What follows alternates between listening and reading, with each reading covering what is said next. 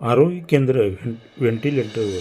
नमस्कार, मी Anil उताळे D B C लाईव्हमध्ये आपले स्वागत करत आहे. आज एका महत्त्वाच्या आणि ज्वलंत विषयावर चर्चा करायची आहे. विषय असा आहे, चंदगड तालुक्यातून ज्या आरोग्य सेवा आहेत त्यापैकी इसापूर पारगड या परिसरातील आरोग्य सेवेबद्दल आपण आज थोडंसं पाहायचं आहे. किल्ले पारगड इसापूर हा परिसर चंदगडपासून सुमारे 32 किलोमीटर अंतरावर आहे आणि या ठिकाणी असलेल्या आरोग्य सेवेविषयी लोकांच्यामध्ये नाराजी आहे. गेले 10 वर्षापासून या परिसरातील लोकांनी सध्या इसापूर या ठिकाणी असलेल्या प्राथमिक आरोग्य केंद्राच्या संदर्भात रान उठवलेले आहे. मात्र त्याकडे शासनाचे दुर्लक्ष सातत्याने झालेले आहे. या ठिकाणी इसापूर या ठिकाणी आरोग्य केंद्राची इमारत उभारण्यात आली, मात्र ती इमारत आजही धुळकात पडलेली आहे. या ठिकाणी कुठल्याही प्रकारची आरोग्य सेवा उपलब्ध नसल्यामुळे ही इमारत नावापुरती का उभारण्यात आली आहे असा सवाल आता व्यक्त झाला तर नवल ठरू नये. चंदगडपासून या इतक्या दूरवर असलेल्या दऱ्याखोऱ्यातील प्रदेशामध्ये असलेला हा भाग किल्ले पारगड, इसापूर, तेरवण, नामखोल अशी जी गावे आहेत त्या गावातील लोकांना एक आरोग्याविषयी आशा निर्माण झाली होती की इसापूर या ठिकाणी हे केंद्र सुरू झाले आहे. मात्र या केंद्राला वैद्यकीय अधिकारी नाही, त्यामुळे हे केंद्र सुरुवातीपासूनच कुचकामी ठरलेलं आहे. एक नर्स या ठिकाणी कार्यरत होती, पण तेही बेभरोशाचे. एकंदरीत या ठिकाणचं आरोग्य व्यवस्था अगदी धोक्यात आली असल्याची अनेक वेळा उदाहरणे आपण पाहिली आहेत. एकतर वाहतूक व्यवस्था तुरळक असल्यामुळे आणि डोंगर दऱ्याखोऱ्यांचा हा भाग असल्यामुळे अत्यंत जिकिरीची असे लोकांना जीवन जगायला लागते. लोकांना ज्यावेळी आरोग्याचा गंभीर प्रश्न निर्माण होतो त्यावेळी चंदगडशिवाय त्यांना पर्याय नाही.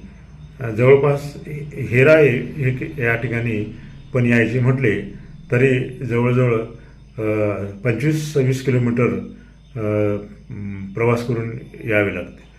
आणि जर का एखादे बाळंतपणाची केस, डिलिव्हरीची केस असेल तर पण खूप मोठे प्रयास करावे लागतात. वाहतुकीसाठी साधन नसल्यामुळे आणि रात्री अपरात्री सर्वच परिस्थितीवर मात करून पेशंटना हेरे किंवा चंदगडपर्यंत आणावे लागते आणि यासाठी अथक परिश्रम घ्यावे लागते. हे सर्व नेहमीच वेगवेगळ्या माध्यमातून कथन होत असतं, मात्र याकडे शासनाचे दुर्लक्ष आहे. नुकताच कोल्हापूर जिल्ह्यामध्ये जवळजवळ 7 ते 8 रुग्णवाहिका प्रदान करण्यात आल्या आणि या ठिकाणी पारगड इसापूर परिसरात रुग्णवाहिकेची नितांत गरज आहे. अशा प्रकारच्या नियमित बातम्या किंवा मागण्याचे सातत्याने आपल्याला पाहण्यात मिळत होते, तरी देखील याकडे दुर्लक्ष करण्यात आले. आणि मग प्रश्न निर्माण होतो की अशा गंभीर प्रश्नाकडे जे लोकप्रतिनिधी आहेत त्यांचे दुर्लक्ष का होते. ज्या ठिकाणी अत्यावश्यक गरज आहे अशा ठिकाणी सेवा देणे गरजेचे असताना इकडे कानाडोळा का केला जातो. कोल्हापूर जिल्ह्यामध्ये नुकताच अशा या रुग्णवाहिका प्रदान करत असताना स्थानिक आमदारांनी कसे काय दुर्लक्ष केले की आपल्या चंदगड तालुक्यामध्ये ज्या दुर्गम भागांना अशा प्रकारच्या वाहनांची आवश्यकता आहे हे लक्षात का येऊ शकले नाही, हाही प्रश्न इथं येऊ शकतो.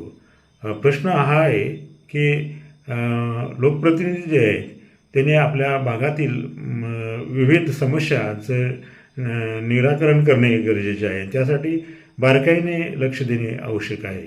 आता निवडणुका जवळ आल्यात, या पार्श्वभूमीवर सर्वच पक्षांच्याकडून आमिषांची खैरात होईल आणि या ठिकाणी मग पारगड किंवा इसापूरसारख्या या प्रश्नावर देखील सत्ताधारी असो किंवा जे विरोधक असोत ते पण सारवासारव करतील याबद्दल काही दुमत नाही. मात्र एक खेदाने नक्कीच नमूद करायचं वाटते की तुम्हाला 5 वर्षामध्ये इतका वेळ असताना तुम्हाला अनेक गंभीर समस्या किंवा जे काही उणीव आहेत त्याकडे लक्ष देता आले नाही किंवा ते प्रश्न सोडवता आले नाही. मग तुम्ही निवडणुका तोंडावर आल्यावर तुम्ही सगळं काही द्यायला तयार होता, हे कसे काय?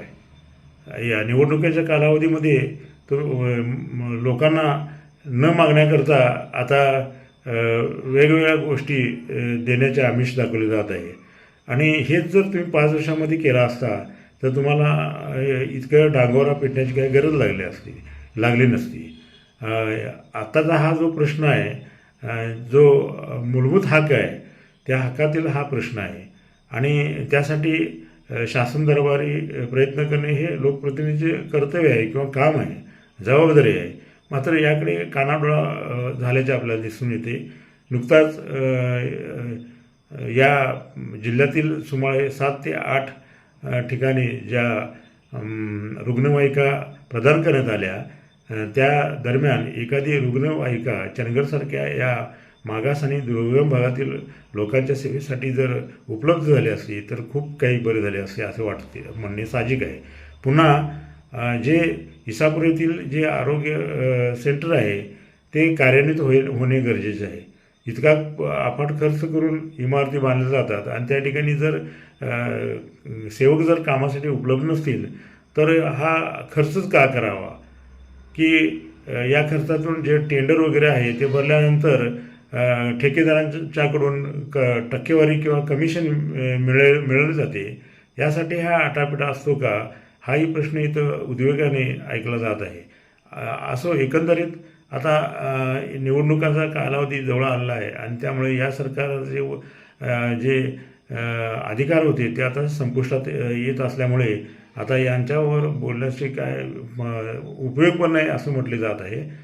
येणाऱ्या सरकार मग ते कोणाचं पण असो ते आल्यानंतर अशा प्रश्नाकडे लक्ष देणे गरजेचे आहे असे म्हटले ते वावगे ठरू नये. एकंदरीत पारगड इसापूर या खोऱ्यातील या परिसरातील जे छोट्या वाड्या वस्त्या आहेत त्या लोकांना आरोग्याची सेवा मिळणे हा त्यांचा मूलभूत अधिकार आहे. त्यासाठी येणाऱ्या कालावधीमध्ये या लोकांच्या समस्यांचं निराकरण होईल अशी अपेक्षा करूया. तोपर्यंत थांबूया. धन्यवाद.